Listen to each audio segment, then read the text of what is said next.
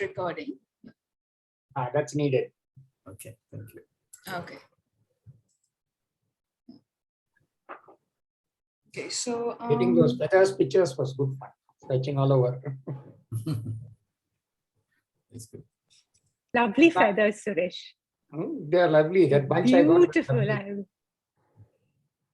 But I didn't even know which to use and which not to use. They were so good. That That's bunch. gorgeous. Never seen the like. And Oh, there's creating that one. picture of that water tank. Actually, it is 3 pictures. The water tank is one picture. The lawn in front of it is from another photograph. The dead body is from somewhere else. Oh, wow, Suresh. That's Yeah, amazing. I that's was trying to figure out how you got the dead body. Body. That is a good symbol. Hello. Hi, Maureen. Hi, Lakshmi. Hello. Hi. Hello. How are Hey. you? Welcome. Vanakkam, Maureen. Wonderful. The babies are at it. Yeah, the babies are at it. Maureen and I are the real babies here. I've grown to take it off. How many teeth have grown so much so far? I mean, in 2 meetings, how many? We're in the teething process. It's very painful. Very, very painful. You got to use it, use it or lose it. I'm sorry I couldn't be with you people. Anyway. are we waiting on anybody else? Let me just check. Who's putting the bird song? The marshes were there. Another Suresh thing is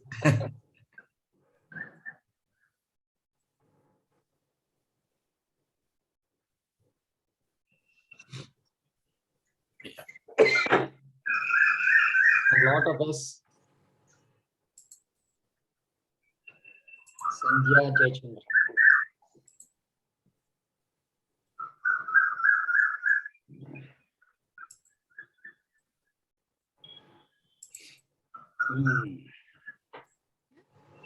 Yeah, I think we should start. All of you Yeah. have read the book. Yes. Those who are here have read it, I presume. Good enough. Yeah. not, Yeah. I haven't fully, but I know the ending. That's the whole trouble. You are the sort of person who reads the last page first. No, you should never ask a bookseller like me that question. I always tend to read the last pages first. I have to get involved with the characters. Then only. I did it. I've done it all my life and I enjoy it. So. No, I grew up reading romances, so I mean, I already know the ending. Already so- know. At least I should hope I know the ending to a romance. But anyway, shall we start? Yeah, please. Yeah. Mrs. Suresh, if you would. Okay. Hello, you can hear me, no? Yes. Yeah. Yep. Just some announcements initially. Some members have been asking for a physical meeting. When, how, where, etc. Where, of course, we all know. So there are a few points in this. Mala has to return. The way I'm looking at it, she'll be back in a month or so, I think. I am still confined at home. So I have not been able to make any arrangements to how to understand how to do a hybrid meeting or at least be able to record a physical meeting. Because we do have a few outstation members who seriously, regularly, religiously attend our meeting. One from US, one from Bombay, a couple from Bangalore, etc. They do all generally attend.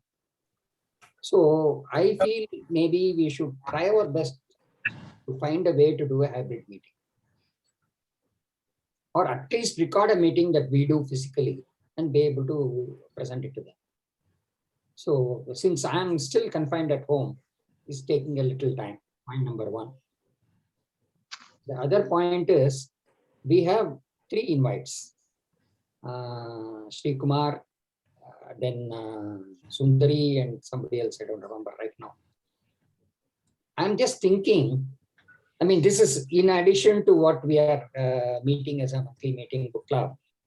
Why don't we make these special meetings? Not our monthly book club review meeting. Don't link them with this. Because maybe location, maybe the convenience of meeting in a, or inconvenience some of us face in meeting in one of the members' places. Whether a book review meeting will work equally well in some other location, I'm not too sure. We can make it special by inviting an author or whatever that day. For example, in Stigma's place, he is the author, he is in the house. We can have an interview with him, things like this. We have done it before at Aparo Galleries, and it has worked very well. A couple of times we invited outside authors and all that. This is the one point. The third point is our book is for May is Persuasion by Jane Austen. Since May is already on us, we have to start thinking about our June and July books, which means the next round of election. We usually select our books sufficiently in advance to give enough time to our members to buy and read the books. So I prefer to complete our election by, say, May 10th. So within a couple of days after that, because the way I have set up the software, I can have the answers in minutes after the election is over. So we can announce the book by maximum 10th or 15th, giving enough time for people to buy it and read it. So what do you all feel? I think we should start our elections in the first week of May or something. That works. You're the one doing most of the work, honestly. So I think you're, we'll follow your lead. Okay, that is the other thing. I have a question, Suresh. Yes. It's possible to add new books to the list or not? Definitely. That is the reason we have this. See, Okay. The methodology we have followed, and I expect to follow this month also, is initially there are two stages to our election. First is what is called a nomination stage. Right. Then I ask people to say, yes, what do you nominate? What shall we add? And there is already a pre-nominated list. If the book is there, you don't have to bother to add it again or waste your nomination vote by adding a book which is already there. It's already there. You don't have to do anything about it. You just have to vote for it at the election time. So those books are selected by the historical record. How people have voted in the past for various books. I'm keeping a running account that way, which book got how many votes when and all that, and the total is already there. The top 10 are taken into the pre-nominated list. I announce them also. After that, each member who is attending this, for example, this meeting, is allowed to nominate 2 books. Agreed. But the voting is open to everybody. Everybody who is a member can vote, whether they have attended the meeting or not, whatever it is. Voting is truly democratic. But this extra condition is there for nomination because we wanted the more committed members to be the ones who nominate. This has not been objected to in the past. I think it's okay. So this is the method we follow. And once the nominations are through, I create the new list, which is the list of, like our election list. This is the list of books which are standing for election. Now start voting. We usually give 4 or 5 days for voting. This is the methodology we've been following. And how we select our book is, we don't look at the historical score of a book. That means some book might have been selected 3-4 months back and continuously getting votes, but not enough to win. It will still be there because it get pre-nominated, but this month, if nobody is voting for it, it is not going to get selected. The selection is actually by how many people vote for a book in that voting cycle. The historical score I'm having is only for creating the nomination list, nothing more.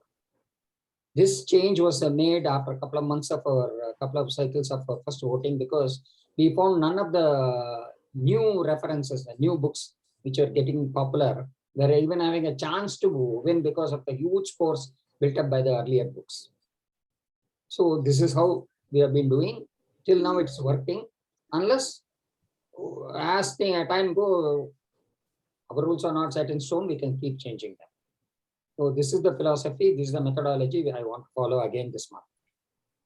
So May first week or so, I will send out the nomination list. May second week, we'll vote. That's it. And the other thing is, 1 minute.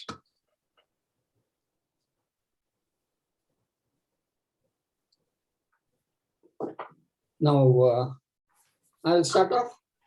I won't be a spoiler. I won't talk too much because I want the others to be able to talk.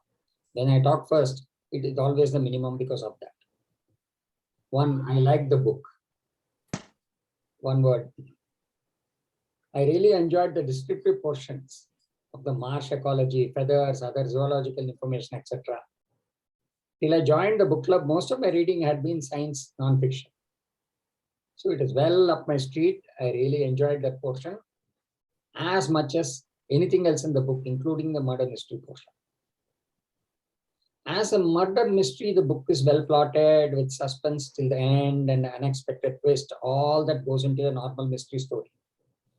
The actual modus operandi is revealed and explained in detail in such a way that in quote, it isn't even taken seriously. Beautifully handled by the author that way. And the characters have been meticulously developed in great detail. You can visualize them, you can feel them, you can start even thinking like them. This is far more than just a murder mystery. It delves deeply into the consequences of human relationships, the emotional states of the people concerned, and their future development because of this. You start thinking about these things as you see. I said, why is this person acting like this? What is happening? To that extent, the book makes you involved with the characters. This is why I like the book. I don't want to go into more detail. There's so many others who want to talk about it. Okay, let's go. I'm not able to see anybody except for the card. Why? You have to. I've tried to switch camera. It's not switching. I don't know why. Anyway, it doesn't matter. I could just, okay, it doesn't matter. You can talk. We can hear you. Yes, Maureen. That I can. That's good enough.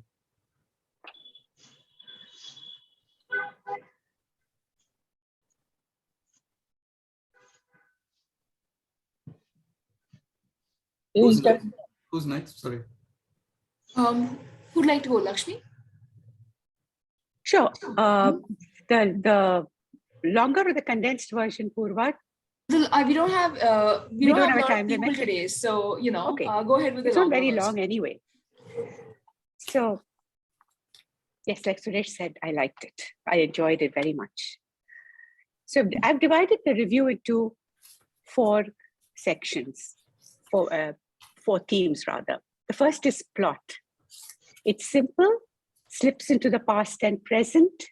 It has the fundamentals of a good story, an intriguing heroine, uncharted country, first love, infatuation, violence, enduring love, murder mystery, tense courtroom scene, a satisfying verdict. And then just as the pace settles into one of gentle continuity, there is a second climax to the whole book. What's not to like?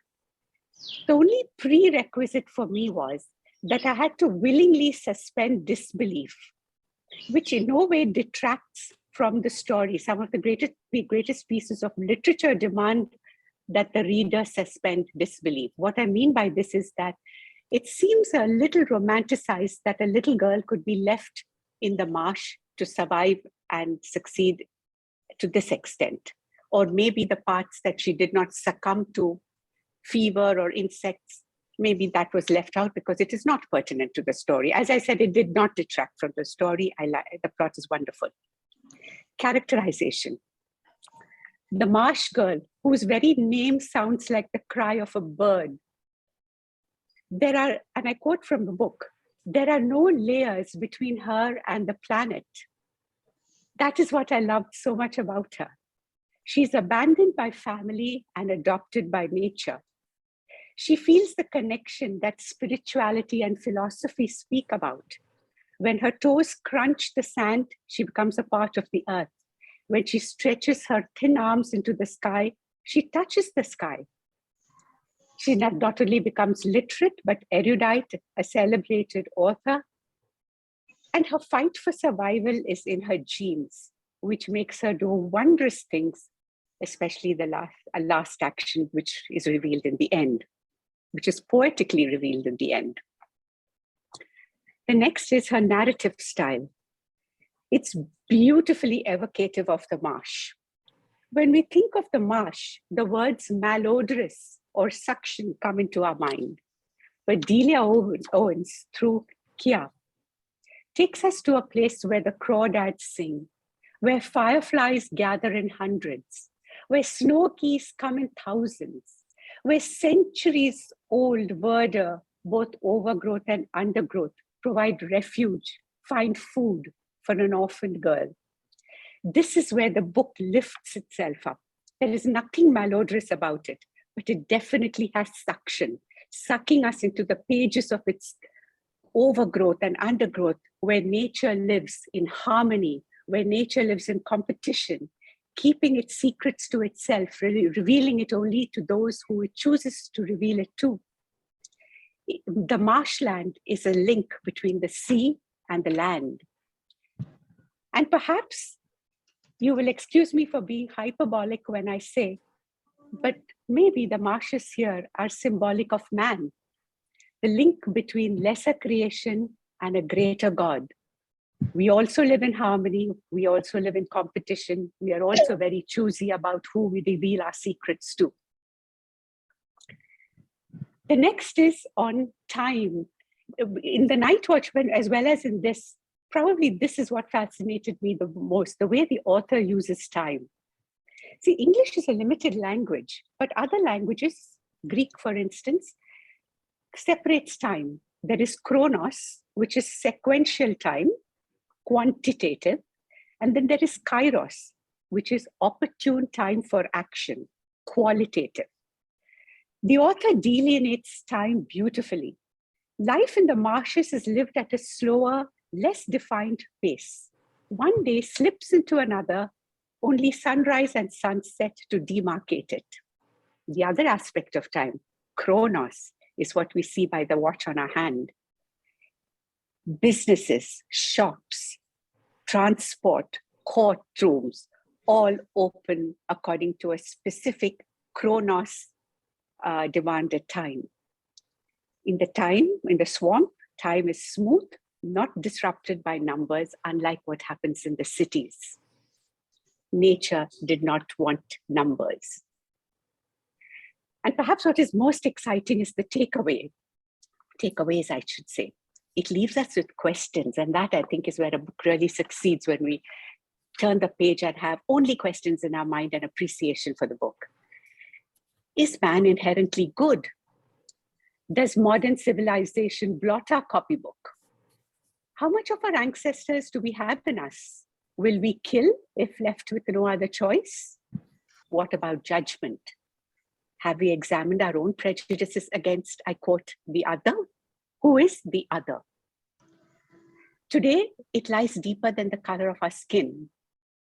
Next question, what price religion? Did no one in the church think of helping the marsh girl, as the defense authority, defense lawyer questioned? Why?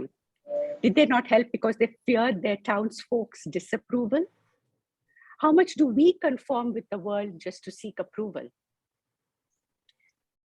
I would like to end with the cat. I love the name, called Sunday Justice. Sunday is a day when the courts are closed and legal justice cannot be passed. Sunday is perhaps a day when God's court is in session. The cat, Sunday Justice, is Kya's companion in jail and in the courtroom. Perhaps God, in his infinite wisdom, was always on the side of the young marsh girl. Thank you. Nice, Lakshmi. Lovely, Lakshmi. Yeah, Thank you. Just 1 minute. Your screen sharing is taking up most of the screen. Oh, sorry, I keep forgetting to, yeah. Yeah, Yeah, that's what I meant. I couldn't see anybody. Exactly. Oh, I'm so sorry. Sorry? I don't want to disturb you in the middle of your talk. No, it's good. Who wants to go next? Can I go next? Yeah, Ramesa, please. All right. Okay, I don't have a long view. So, Lakshmi put it very beautifully. The Marsh Girl, of course, I like the book because it's a mystery, but I did find it a bit unrealistic that a small child would not seek out the protection of adults. That's on one side. And as Lakshmi put it again, why were the adults not sympathetic towards the plight of a small child? Now, there's one point here, and I'm a bit ashamed to admit this, but I also think, and I don't know if anybody else found this to be true, but I think the author almost deliberately wants to lead the reader to believe that perhaps the Marsh Girl was Black. Now, I'm sorry to say I did assume that from the beginning. And then I found that there were certain places in the book where the author very insistently states that, this is an all-white case and all the characters in the courtroom are white. And so that's when I realized that really, that Kia is not Black. A very, very kind of consciously realized it. Now, Jumpin and Mabel are definitely Black characters. And there's that scene where Jumpin is being targeted by rock-throwing teenagers. And Kia is very sympathetic and, shoos them off. So there were all these little hints that led me to believe that perhaps Kia was Black. So I assumed that there were racist overtones, and that the reason why the townspeople were not that interested in checking on Kia was because most of them were white and because she was Black. So I don't know if anybody else felt that there was, kind of a tongue-in-cheek attempt on the part of the author to give this impression, to deliberately convey that impression. The other thing is the author is a naturalist. All places you feel. Sorry?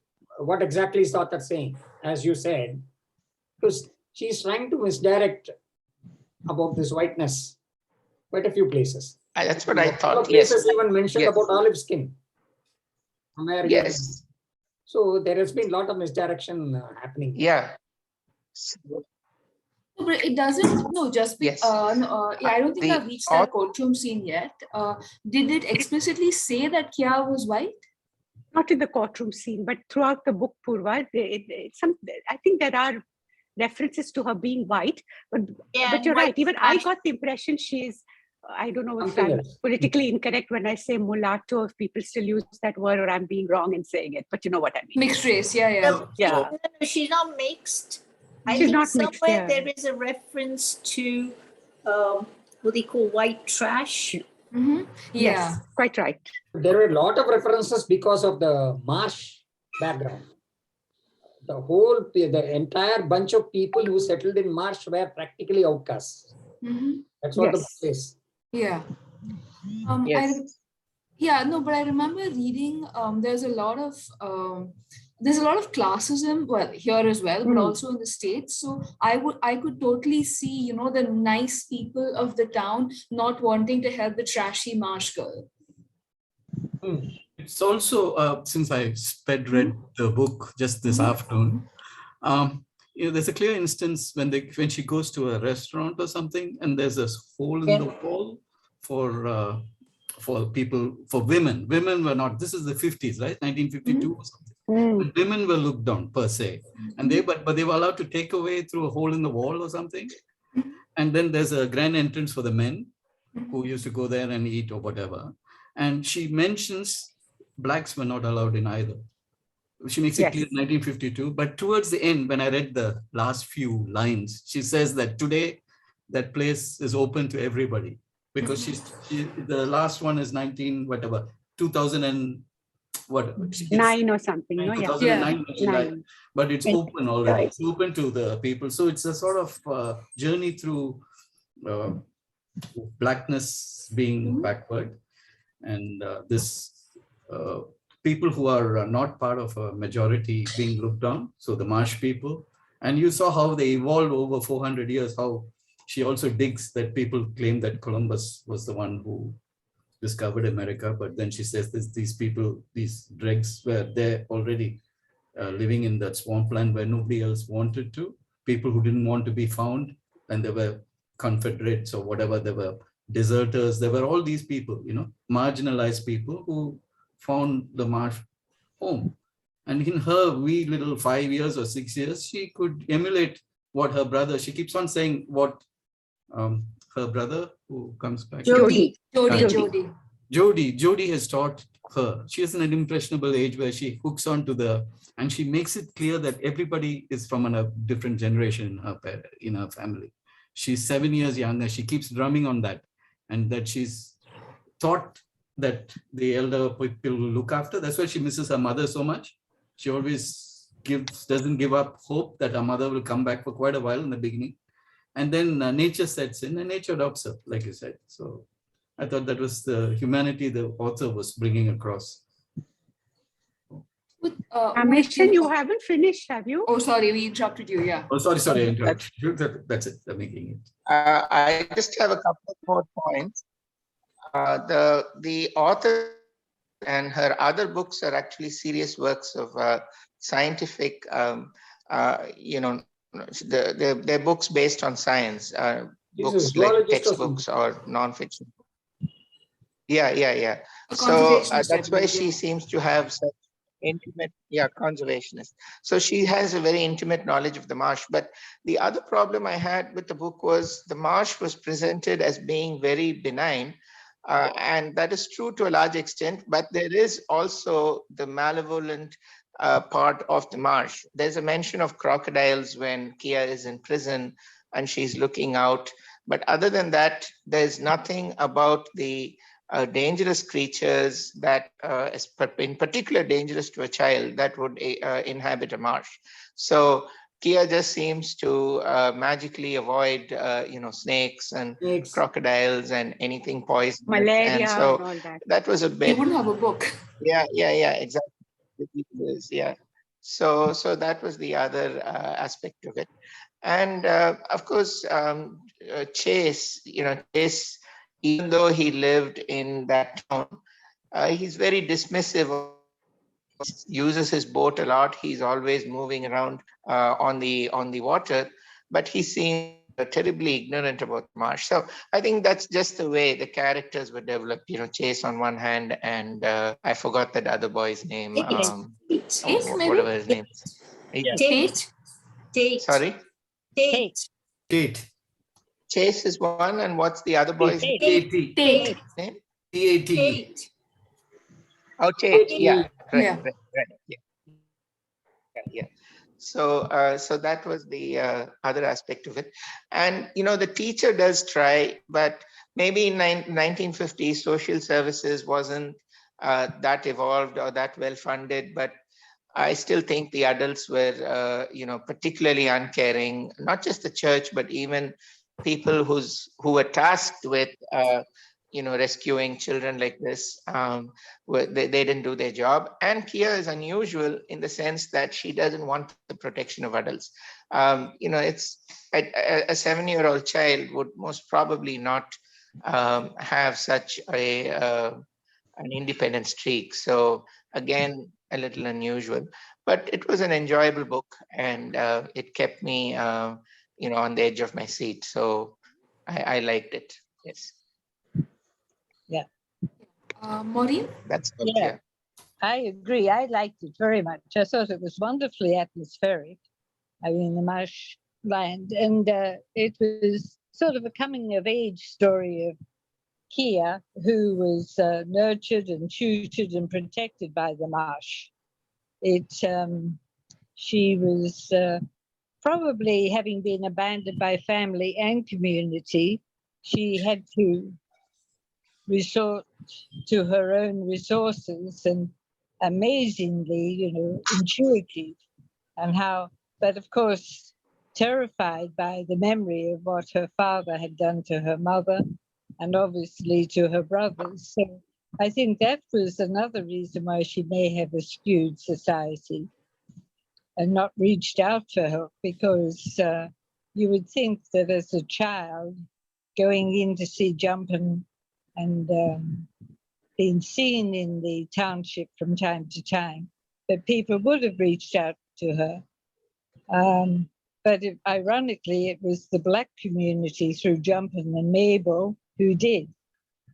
And so that was an interesting aspect of their characters, as opposed to the white community, which was very eloquently conveyed through the mother of Chase and the other people in the church and around.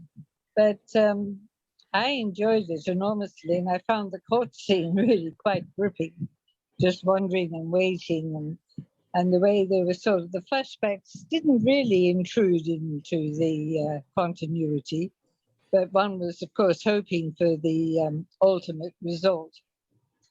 And but then, ironically, the twist in the tale at the very end through this piece of poetry was that she had done the deed, but then it was all too late. She couldn't be tried again, so that was quite a relief.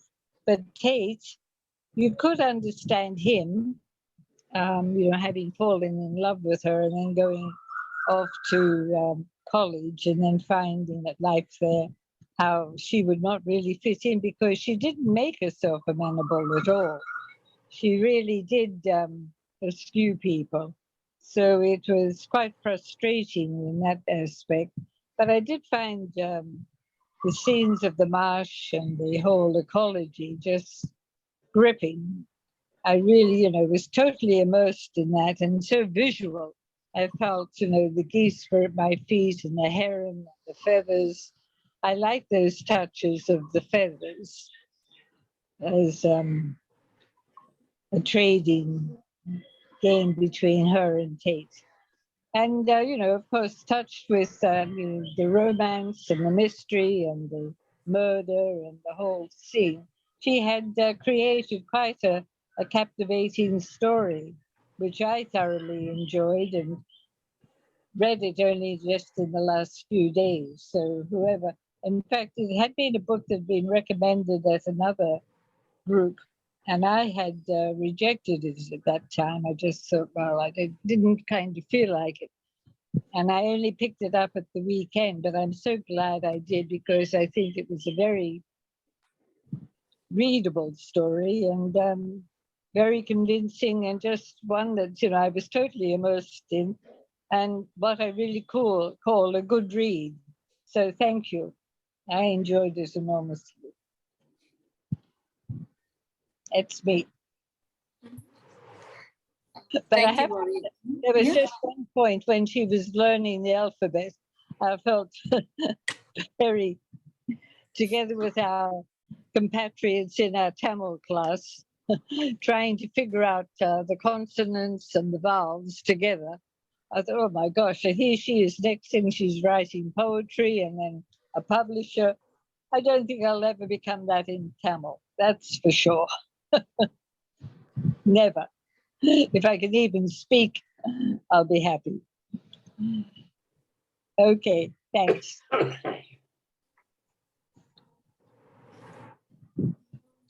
Next. Latika, did you want to speak? Okay. Like everybody said, it was easy reading, but here's the cynic in me. I just can't imagine a 6-year-old, whichever part of the world she's in, being able to manage the house and everything else. And God knows how she survived the first few years when she could barely cook. I mean, what she turned out, that lumpy mess, heaven only knows how she ate and managed.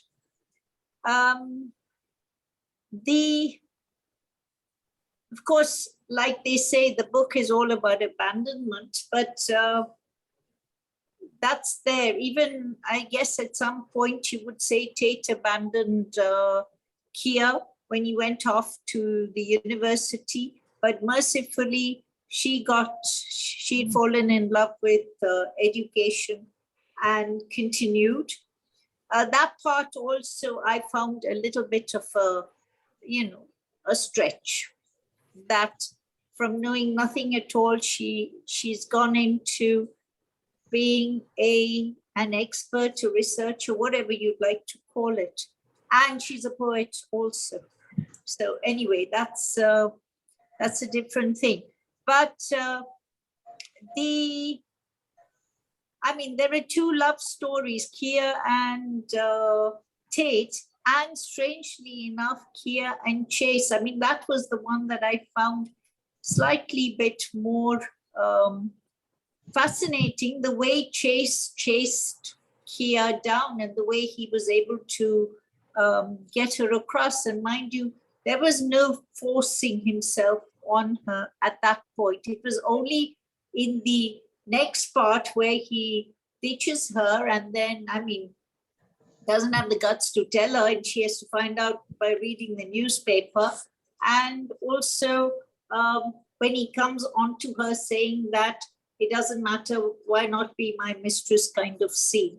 And that's when she understands what her mother underwent, the violence, or she learns domestic violence then. And then, of course, what happens thereafter. The murder, for me, it was a little too perfect.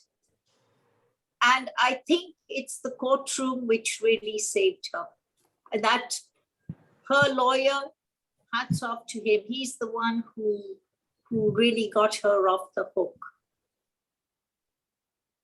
Otherwise, that connection between her, that so-called boy on the bus, the riptide, the fact that she could maneuver a boat no matter what the situation on the sea was, all those things should really have come in at that point. And the fact that what is missing from the body of Chase is that shell necklace, which he's always wearing. So that part, to me, it was a bit of a strange thing. And I did feel that even if, I couldn't understand why Jumping and his wife, Mabel, didn't try to take a greater hand in helping out Kia. Was it that it's is that how America was in the 50s, that you couldn't see Black people helping out a little white girl or whatever it was? That seemed a little strange also. And that social services did not do something more. But however, that's the part which I found a little weird. It was easy reading, let me put it like that. And I like the courtroom scene. So that's it. And yes, so, I did check, I did go looking on that. First thing, I did try to find out if Kia was white, Kia was black, but no. But then I thought, had Kia been black, then would this book have been the same thing? Yeah, right. And the last part, of course, is, do you remember Purva had posted something about the Delia Owens story in Africa? Mm-hmm. Where they sort of felt justified in killing the poacher. Mm-hmm. Was that sort of brought in over here? We might have called it right of private defense, but it really wasn't. It went into being a downright murder.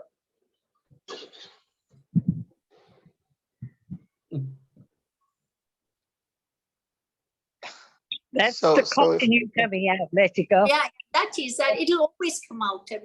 You just can't keep. It's Agatha Christie coming out. Well done. Yeah, but then you have, I feel like that raises an interesting question about death of the author. do we take this book on its own merits, or do we let okay, granted that I was the one who posted that link in the first place, so Oh, this but may it be a was a little very bit nice one. ridiculous. Yeah. Lakshmi, you're on silent. I seem to have missed that post. Is this Ah. about who's there? The poachers? Yeah. The poacher, So, yeah, in Africa. yeah, I believe Owens and her husband are wanted for questioning. From the research I did, I believe it was her stepson. They weren't the one who fired the shots, but they are definitely people of interest in the investigation, to the point where they have been advised not to go back to Africa.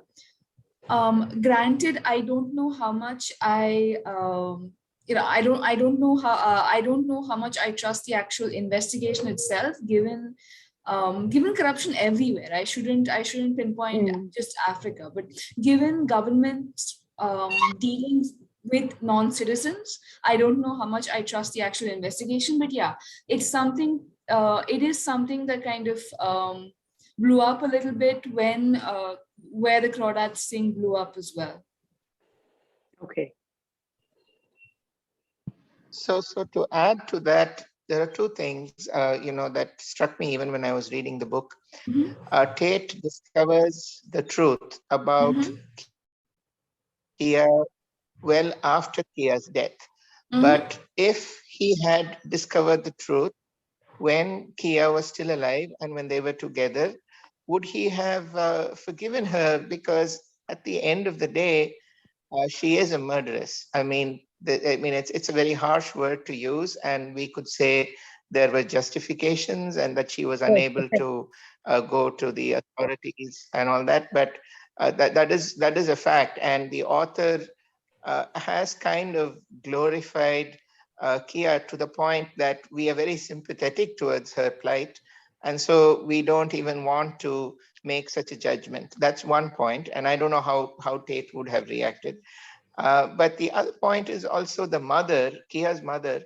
The author very conveniently, says she's mentally ill, but with so many children. See, she didn't abandon just Kia. She abandoned her husband, who, she may have hated, but who was still a living being, and, at least 3 or 4 other children. And not enough was, done even by those adults who kind of were helping the mother, the grandparents perhaps, to find the children. So that's another point which was conveniently glossed over in the book, which I thought was very unusual. I'd like to draw a parallel here to the marsh, to the animals that she talks of. Because what do animals do? Like the vixen, when she's physically not able to cope, she leaves her litter behind, goes into the forest, and then multiplies, and then a new litter comes. In this case, of course, the mother didn't get married to anybody, but I think the parallel is very much drawn to nature. You can't fend for yourself. You can't the mother can't cope with the domestic violence and the mental and physical torture she goes through. She leaves her litter and goes away. The children, when they reach a certain age, they go away, like cats and dogs and all that do. So I just thought whether the nature plays such a big role in their heads as well. Just a thought. No, but the mother does send a letter. There is an attempt to send a letter, but why would anybody send a letter when the father is abusive and may not even read it? She and could just have one come back letter very easily with other people to help her. So yeah, that was a bit odd.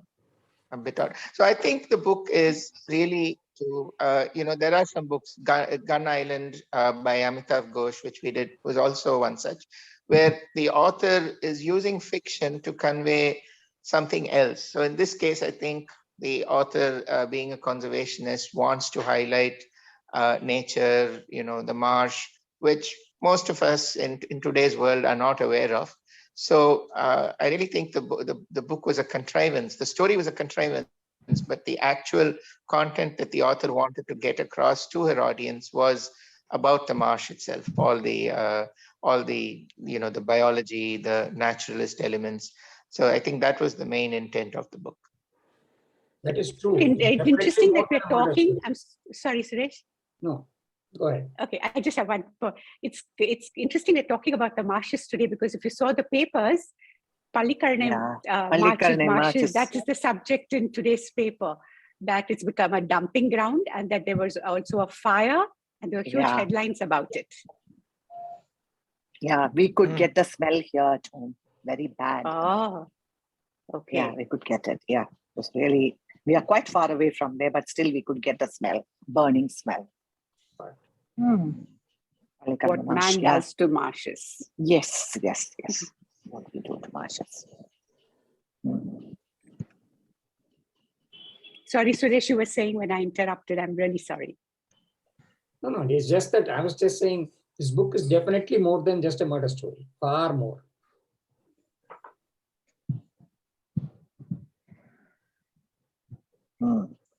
Hi, Sandhya. Sandhya, yeah. Sorry? I just said hi. Yes. And I had not been able to attend the last two meetings. So I thought this was one of the books that I really liked. And so I really just thought I should catch up with everyone. It was very fascinating hearing all your views about it also. Please share yours. Well, I also felt the story was written by a biologist and a conservationist. So the main story is about the marshes. She wanted to convey a story about the marshes and she created a story to fit into the marshes. So that's what I felt. And even I felt it was very unrealistic about a girl, 6-year-old girl managing, an illiterate girl managing on her own without any help and then surviving. Yes, she could have survived, but becoming an author, and it all just seemed a bit artificial. A little extreme, yeah. And but I thought it was mainly a beautiful story about the marshes. I mean, yeah, I kind of agree with you guys that it's Kia was basically a vehicle for, to write about the marshes, but I don't know, it didn't bother me that much, honestly, because at the end of the day, I don't know, maybe it's because of, I generally don't read much serious literature. I don't particularly want to read about ordinary people. Yeah. I mean, does that make sense? It makes great sense. Absolutely. Yeah. I mean, okay. If Kia had been a normal person, she'd have been dead at 6 and we wouldn't have had a book. I mean, That makes sense, actually. Yes. So, I mean, yeah, maybe it's unrealistic, but I mean, it's just about, I think most literature is in some sense unrealistic, and that's part of what makes it so captivating, because stories have to be, most stories have to have something out of the ordinary in order to capture an audience. Yeah. I mean, I would not necessarily want to read about, the boring everyday life of a boring everyday person. I agree, Purva. You have to have drama somewhere. There should be an element of drama. So the murder maybe was, I don't remember. I read the book. I don't remember anything, but I remember the murder vaguely now. Yes, the murder might have been introduced to bring that dramatic element in the novel. Otherwise, there is nothing. A girl living there writing poems, and it's a little, And call me hard-hearted, but I do not have much sympathy for somebody who tried to rape somebody else, and actions have consequences. I'm sorry, especially with like, we don't, if somebody goes to a danger, or even something like something like the sea, which can be so dangerous. I know. I mean, I feel like I have a lot of trouble having sympathy for Chase. If he did, perhaps he should have watched what he was doing. Yeah, he should have been more concerned. No, I thought that, I mean, he tried to rape her, and that was her vengeance, which she got away with. And I'm sure. Yeah, I don't particularly find him have much sympathy for him. I'm sorry. Yeah, no, she should have done away with him at the beginning. When he tried to rape her, when she bashed him in, that's when she should have finished the whole story. But maybe the American law would not have seen that part. I don't know. Doubtful. We would have. I mean, we'd have said it was right of private defense. the thing is though, honestly, I mean, right of private defense usually applies only if you're white and male.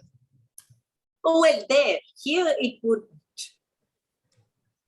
Latika, I'm so sorry. I have my Oh, I sins give you hundreds of figured out. cases, don't worry. And I think if I can't do it, Sandhya will do the rest. And finally, her husband will speak, and that's it. I'm sure there are cases. I'm also there are lots of cases. I am left-wing enough that I am sure there are hundreds more that can be argued the other way. But let's not get into politics. Yeah, no, don't get into that. But what I'm saying is, everywhere there is a system which, strangely enough, does work. You find. It does. Okay, it tries its best. I'll give it that. I think what we should also see over here is her book of ethics, her code of life, stems from nature. She's literate and all that, but she's basically a nature girl. And what would an animal do if it was going to be traumatized? Well, it would go straight for the kill. And that's how she did it. And that's why there is no wrong or right about anybody in this book. Even Chase, why did he do it? He's a product of his civilization. He's already tomcatted his way through the town. And he just seeks his fealty rights, or whatever word we could say for that. Not excusable. That's a word. He just seems to do that. And really, that's a good part of it. Nobody's right, nobody's wrong. Everybody's just human. And this wisdom. And also, she had a feral childhood. I mean, she was a wild little thing, wasn't she? And she was tuned to nature. Her seagulls were the best friend. The ocean was her second best friend. In fact, I like the way they were explained that the waves were bass and the seagulls sang soprano. I thought that was evocative. I've heard it in other books, but I think it was sheer poetry, the way the author herself wrote certain things. And then waiting for the train, she was waiting like a tunnel to swallow up the train. There were some phrases which she used which are pretty unique to the narrative. I mean, maybe it was contrived or what, but she stuck it in and kept at it. Did anyone feel the poetry disturbed the story? The many, many pages of poetry that kept coming in between. It took me away from it. I kind of skimmed them, honestly. I too, but I felt it disturbed. But then the last one tells you why it was there. That's when I figured there was meaning to it. Yeah, that is more a clue, nothing else. Yeah. And I should also say this: I was truly upset by the very shoddy search that the sheriff and his 2IC did. Because had they done a proper search, you would have found out everything beforehand. I mean, who knows? Maybe the sheriff had daughters. Yeah, could be. Then in that case, he shouldn't have gone after and put her on trial. That was totally unnecessary. When you didn't have any evidence. It's just a red cat. That was all. Does anybody? We have about 5 minutes. Has everybody spoken today? Chandra? I read the book. I don't remember anything about the book. Sorry. When I was listening to you guys, a few bits and pieces came floating back. So I don't know. But I remember that I didn't mind reading the book. I read till the end of the book. I don't complete most of the novels. I go through and half of it I stop because I get bored. But this I found, I remember reading the whole thing. And I remember that I agreed with the girl. I remember that I sympathized with the girl. If a girl is put into such a situation, perhaps she would behave the way she behaved. Only thing is that educating herself and all seemed a bit too much, but I don't remember much. That's all I remember vaguely. I was trying to get a paper where I had written something about it. I couldn't also. I'm sorry. That's it. Oh, sorry. One quick thing. Was anybody else slightly put off by the way the author chose to write out the various accents? For instance, yeah. So especially Mabel and I don't know. I saw what she was doing with it, but at the same time, it did throw me off a bit. The writing out the accents phonetically. Daughter instead of spelling it properly. Like. Well, I think that was just to emphasize the distinction of them being black, as opposed to the white community. Yeah, I get what she was trying to do, but at the same time, I don't know that I liked it that much. Yeah. It made it harder to read. Yeah. No, I think there was a whole lot of fictionalized romantic that put in, but it entertained me for a few days, so I was quite happy. Thank you. Yeah. Yeah, guys, I've got to go. Thank you. Any help? Yeah. Thank you. Yeah, thank you, everyone. Thank you all. Thank you. Thank you so much. Next month, Hi, persuasion. Yep. Persuasion. Bye. Okay. Yeah. We really have Bye. to persuade a bigger attendance. Yeah, I think I should have looked through the book once more and come. Yeah, next month, definitely. We should persuade a few more. Yeah, we should. I really We'll wanted read that book, but I Persuasion. won't be in town. I'm not. Join You can from there always if the time. join Yeah. from Australia, Sydney. Send our review to one of us. We will read it out. Yeah, we can do. We can absolutely maybe I do could that. try Yeah. Done it before, we can do it now. Yeah. Or And join. the recording is Not there. able to Join attend. from Send the Sydney, review. Anand, and bring Not your post it to the grandson group. on too. Send to one of us so Bring we can him. read I'm it going out. to be looking after him for a month. Yes, to bring him on too. That's it. Yeah, teach them young. Teach them to survive age 6. He's got a few years.